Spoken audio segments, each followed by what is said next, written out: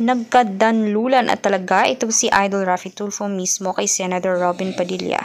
Hindi niya talaga matanggap ang mga pagsisinungaling at bihasa naman talaga sa gumawa pa ng kwento. Ang mismong naging pogo issue ay ngayon na kalat at viral.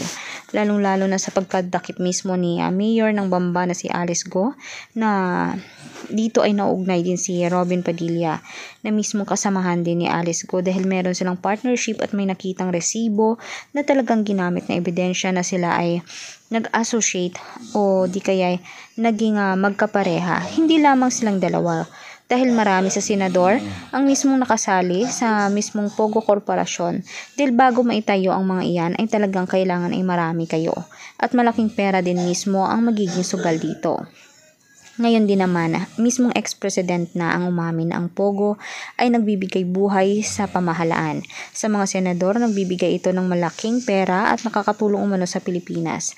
Pero hindi tama ito at hindi sinang-ayunan ng lahat, lalong-lalo na mismo ng mga iilang senador na tapat maglingkod sa kapwa Pilipino niya. Kaya ngayon itong si Robin Padilla, talamak naman talagang halata na mismong madaling masilaw sa pera. At kung pwede naman kumita ng bilyon sa isang linggo, ay bakit di naman niya papatusin ito?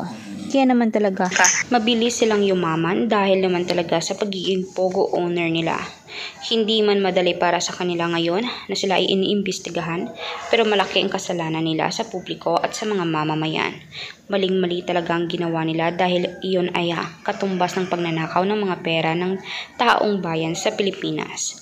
Kaya naman for more public videos at updates, please subscribe, like, and share this video. Maraming salamat mga kanetizen.